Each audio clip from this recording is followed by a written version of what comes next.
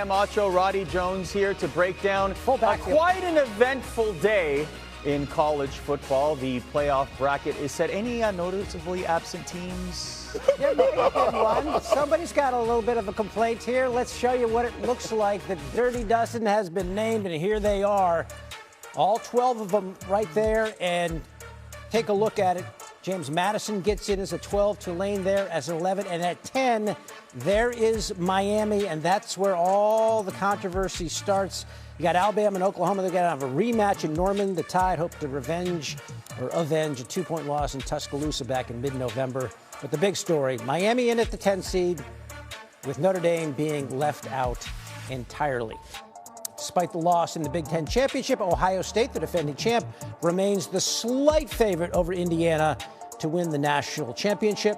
Oklahoma has the longest odds of any of the at-large teams, only ahead of the two Group of 5 qualifiers, Tulane and James Madison. All right, so obviously the Fighting Irish will not be fighting for the rest of the season because following that announcement, they announced that they will not be accepting any bowl invitations. Roddy, what do you think of the committee's decision and then Notre Dame's announcement? I think the committee ultimately arrived at a place that was respectable. You didn't want to punish Alabama for playing in the SEC championship game and losing and dropping them out of the college football playoff. But you also had to recognize that Miami and Notre Dame were very similar teams on paper, but we saw them on the same field. Yes, it was week 1, but ultimately results have to count. Miami won that game. So I think we arrived at a place that, based on the committee's rankings going in, was respectable. Now, I think if you were looking for the best teams, Notre Dame would have been in and Alabama would have been out. But again, that would have looked like you were punishing Alabama for playing in and looking bad in the SEC championship game. Okay. Sam, your thoughts on that whole rationale and the philosophy of the committee? I was definitely surprised by the committee switching Notre Dame and Miami in a week in which neither team played. I can understand if you could say that Notre Dame or maybe Miami was a better team because they had head-to-head earlier, but as of last week's rankings, Miami was behind Notre Dame. And then all of a sudden, in a week which neither of the teams had an opportunity to play, nor did any of the teams in which they played that could have changed the strength of schedule, none of those teams played, all of a sudden, the committee switched Miami and Notre Dame. And so I can understand the frustration from the Notre Dame fan base. They've been higher than Miami in every single ranking outside of this one that just came out. So definitely understand the frustration for Notre Dame. Yeah, a little bit of a curveball there. I'm going to get into Notre Dame's reaction because they're not going to be playing any more football this season. We'll talk about that.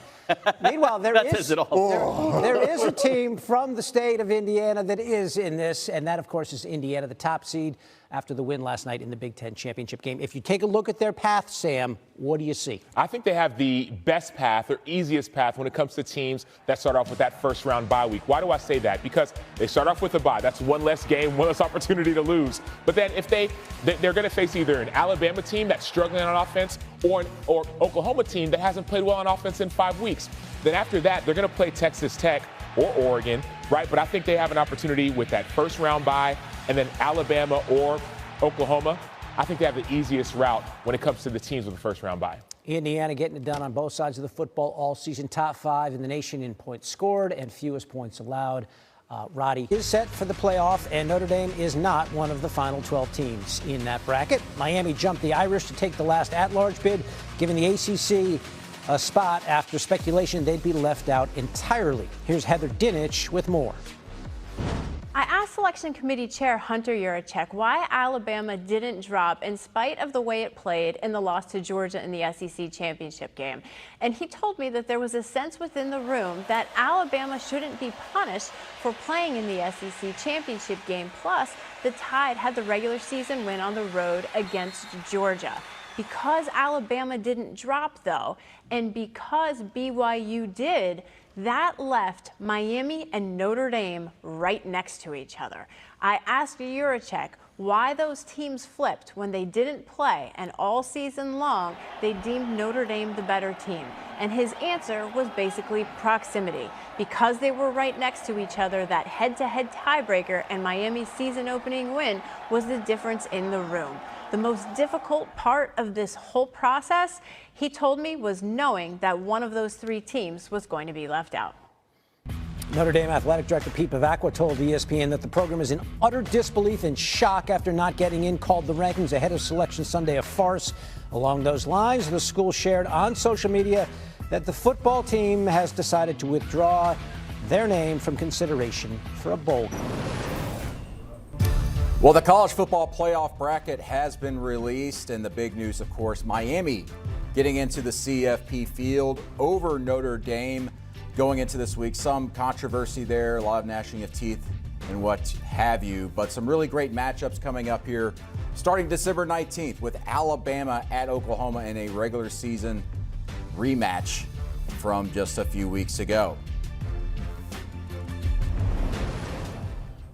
Joining me now is Hunter Yurachek, the chairman of the CFP Selection Committee, to discuss everything that went on in going into this process. First off, Hunter, the big question, of course, why the decision after last week to move Miami over Notre Dame? You know, that really centered around what we did with BYU following the big championship game against Texas Tech. It's the second time they had played Texas Tech in the last 4 weeks. Same result. BYU looked the same. They were physically dominated on both sides of the ball, and we decided as a committee that Miami deserved to be ranked ahead of BYU. In doing so, then you moved Miami to 11.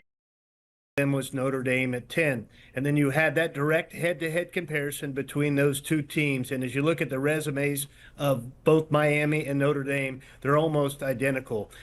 Schedule strength, record strength, common opponents, results against common opponents, how they look statistically on the offense and defensive side of the ball. And then where you had to lean on, of course, is the head-to-head matchup between those two teams Labor Day weekend, with Miami being the winner of that. And that was the deciding factor in placing Miami over Notre Dame. Going back to last week, why wasn't Miami over Notre Dame last week if obviously no results had really changed between the two?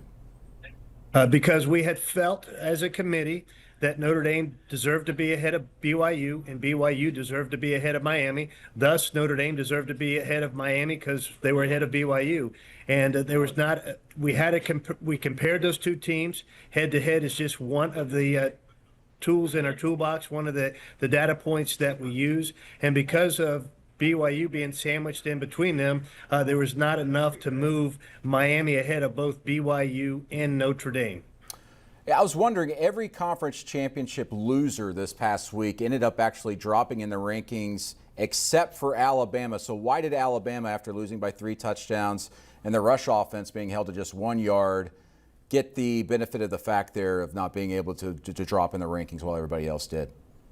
That's a great question. And so Alabama was playing Georgia for the second time. Alabama had gone to Georgia earlier in the season, beaten Georgia at Georgia by 3 points, arguably the best win in college football this year. Ohio State lost a head-to-head matchup, the first one against Indiana, so it was naturally to drop them from 1 to 2. And then BYU, again, lost for a second time to Texas Tech in a very similar manner, where they did not look great on either side of the ball.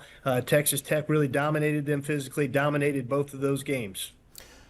You know, as you know, I don't know if you know yet, but Notre Dame has decided to just completely opt out of the bowl season now. They've declined a bowl invitation as a result of missing out on the college football playoff. And their athletics director, Pete Bavacqua, actually even told Yahoo Sports, quote, "Any rankings or show prior to this last one is an absolute joke and a waste of time.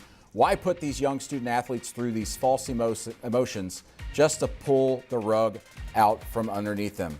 Having not played a game in 2 weeks, and then a group of people in a room shatter their dreams without explanation. We feel like the playoff was stolen from our student athletes." With so much noise coming out of South Bend, and obviously something we've never seen before with a team missing the playoff and opting to not even play in the postseason, what's your reaction to the athletics director and, for that matter, the entire university there in their decision? I think for the reason that Pete outlined there, and I have a lot of respect for Pete, and he's a wonderful athletic director, is why we stayed up as a committee into the early morning hours, almost 3 o'clock in the morning, and came back at sunrise and continued to debate Alabama versus Miami versus Notre Dame. What we knew as a committee, based on how the championship games played out, that we had 3 deserving teams, but only 2 spots for those 3 deserving teams. Someone was going to feel just like Notre Dame felt as the results came out, whether that be Notre Dame, Miami, or Alabama. And unfortunately, it was Notre Dame. And I feel for those young men on that campus, but I was going to feel for young men, and as was our entire committee, on one of those 3 campuses this morning as the rankings were released. You know, there's been a lot of chatter over the last year or two about just the idea of why release rankings at all the way up until the final week of the season. I think there's 5 release shows, for example. I know that the NCAA's president, Charlie Baker, who obviously is not involved with the CFPs, even questioned why that's the situation when the NCAA basketball tournament doesn't do so. It obviously puts you guys in a situation where you're going to be criticized no matter what, but then the thought process, as we get the transparency with this, is questioned even more. After going through this now as the chairman, is there anything you would like to see tweaked with how you guys release these rankings every week? There's a few things I'd like to see tweaked, but I'm going to reserve those and let Rich Clark deliver those to the management committee, because as the chair of the selection committee, I'm following the guidelines that we have been provided by the management committee, and some of the tweaks that may need to be made are going to have to be made with the management committee in conjunction with their television partners at ESPN, and that's not the role of the selection committee. I have my opinions, but it's not my job as a chair of the selection committee to publicly deliver those opinions. That's for Rich Clark, the executive director of the CFP, to take forward to the management committee. You know, as an athletics director, when we saw the introduction of new metrics this season, and that was propelled quite a bit by SEC athletic directors like yourself, strength of schedule, strength of record. How much did that help or hinder, or whatever you want to term it, the selection process this year? I think it was a huge piece of the puzzle, especially where